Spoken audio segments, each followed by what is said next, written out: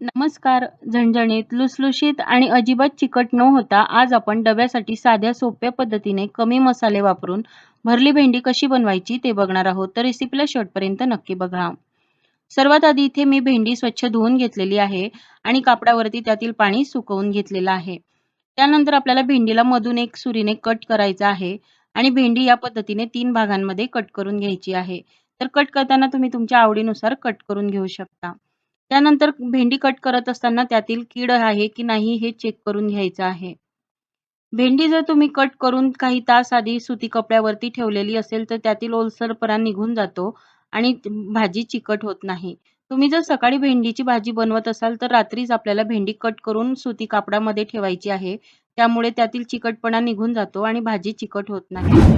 तर इथे तुम्ही बघू शकता आपण सर्व भेंडी या पद्धतीने मीडियम साईजमध्ये कट करून घेतलेली आहे. भेंडी कट करून झाल्यानंतर आता मसाला बनवून घ्यायचा आहे. तर त्यासाठी आपल्याला 2 चमचे सुकं खिसलेलं खोबरं भाजून घ्यायचं आहे. तर खोबरं भाजताना आपल्याला अगदी खूप जाळायचं नाहीये. अगदी लालसर रंग येईपर्यंत आपल्याला ते 1-2 मिनिटासाठी भाजून घ्यायचं आहे. खोबरं भाजून झाल्यानंतर त्याला आपण एका प्लेटमध्ये काढून घेतलेलं आहे. त्यानंतर आपल्याला 1 चमचा तीळ व्यवस्थित 2 मिनिटासाठी भाजून घ्यायची आहे.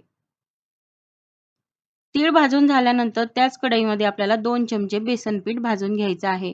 बेसन पीठ भरली भेंडीमध्ये घातल्यामुळे भेंडीतला काही ओलसरपणा असेल तो सुद्धा निघून जातो आणि चिकटपणा राहत नाही. त्यानंतर या सर्व भाजलेल्या पदार्थांमध्ये आपण चवीनुसार मीठ घालायचं आहे. 4 ते 5 कढीपत्त्याची पानं घालायची आहेत. 4 ते 5 लसणाच्या पाकळ्या घालायच्या आहेत. कढीपत्ता जर तुम्हाला आवडत नसेल तर तुम्ही या ठिकाणी कोथिंबीर सुद्धा घालू शकता. त्यानंतर इथे मी 1 चमचा कांदा लसूण मसाला घेतलेला आहे. 1 चमचा धणे जिऱ्याची पावडर घालायची आहे आणि 1 चमचा आपल्याला लाल तिखट घालायचा आहे. तर कांदा लसूण मसाला नसेल तर तुम्ही तुमच्या घरातील जो कोणता मसाला असेल तो सुद्धा वापरू शकता. त्यानंतर हे सर्व मसाले आपल्याला मिक्स करून घ्यायचे आहेत आणि हे सर्व मसाले आपण आता मिक्सरच्या भांड्यामध्ये घालून घेणार आहे.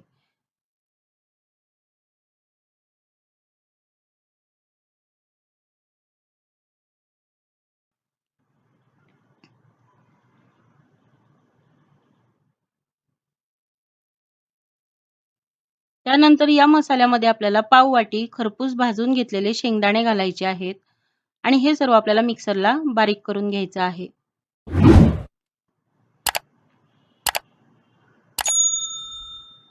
इथे तुम्ही बघू शकता या पद्धतीने आपल्याला मसाला तयार करून घ्यायचा आहे. या मसाल्यामध्ये शेंगदाणे आपल्याला हलकेसे जाडसर ठेवायचे आहेत म्हणजे ते भाजीमध्ये छान लागतात. इथे मसाला तयार करून झालेला आहे. आता हा मसाला आपल्याला एका प्लेटमध्ये काढून घ्यायचा आहे. त्यानंतर या मसाल्यामध्ये आपल्याला 2 छोटे चमचे नॉर्मल तेल घालायचं आहे आणि तेल व्यवस्थित मसाल्यामध्ये मिक्स करून घ्यायचं आहे. मसाल्यामध्ये तेल घातल्यामुळे मसाल्याला बाइंडिंग छान येतं. तर इथे आपला मसाला तयार झालेला आहे. त्यानंतर आता आपण एक-एक भेंडीमध्ये सर्व मसाला व्यवस्थित भरून घ्यायचा आहे. तर तुम्ही इथे बघू शकता या पद्धतीने आपल्याला हलक्या हाताने जेवढा भेंडीमध्ये बसेल तेवढाच मसाला भरायचा आहे. खूप जास्त दाबून मसाला भरायचा नाहीये, नाहीतर तो अर्धवट कच्चा राहतो. मसाला भेंडीमध्ये भरून झाल्यानंतर बाहेरून भेंडी आपल्याला थोडीशी दाबून घ्यायची आहे म्हणजे मसाला बाहेर येत नाही.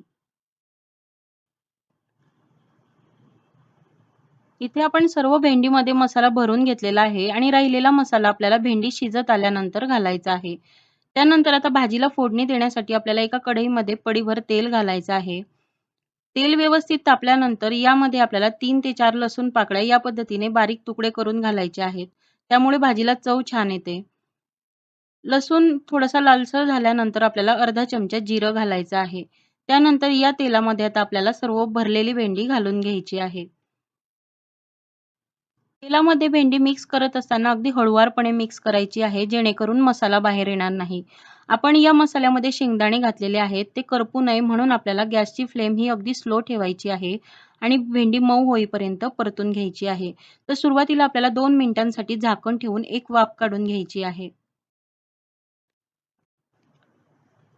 तर इथे 2 मिनिट झाकण ठेवून आपण भाजीला वाफ काढून घेतलेली आहे आणि पुन्हा आपल्याला हळुवारपणे भाजी मिक्स करून घ्यायची आहे. यापुढे आता आपल्याला भाजीवरती झाकण न ठेवता थोड्या-थोड्या वेळाने भाजी मिक्स करत जायचं आहे आणि अगदी गॅसची फ्लेम कमी ठेवून आपल्याला भेंडी मऊ होईपर्यंत भाजी शिजवून घ्यायची आहे.